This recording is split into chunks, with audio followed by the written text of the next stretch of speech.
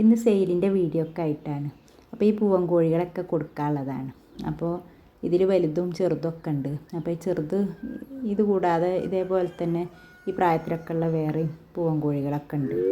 അതുപോലെ പിന്നെ പൂവൻ കോഴികളെ എടുക്കുകയാണെങ്കിൽ ഇനിയിപ്പോൾ പിടക്കോഴികളും കൂടി ആവശ്യമുണ്ടെങ്കിൽ ഇതിൻ്റെ കൂട്ടത്തിൽ പിന്നെ പിടക്കോഴികളെയും കൂടി തരായും ചെറിയ പ്രായത്തിലൊക്കെ ഉള്ള പിടക്കോഴികളുണ്ട്.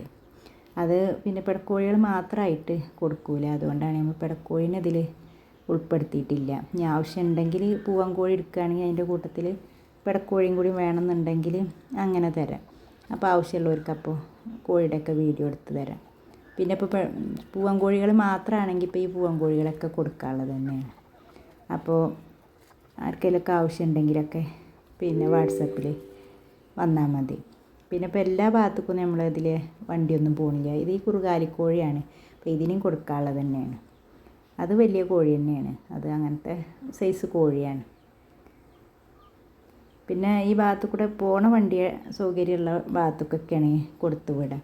അപ്പോൾ ആവശ്യമുള്ളവരൊക്കെ ഉണ്ടെങ്കിലൊന്ന് പറഞ്ഞാൽ മതി. അപ്പോൾ നമുക്ക് വണ്ടി സൗകര്യമൊക്കെ ഉണ്ടോയെന്ന് അന്വേഷിച്ച് നോക്കിയിട്ട് പറ്റുന്നിടത്തേക്കാണെങ്കിലൊക്കെ അങ്ങനെ വിട്ടുതരാം. അപ്പോൾ ഈ ഇതും രണ്ടുപേരെയും കൊടുക്കാനുള്ളത് തന്നെയാണ്.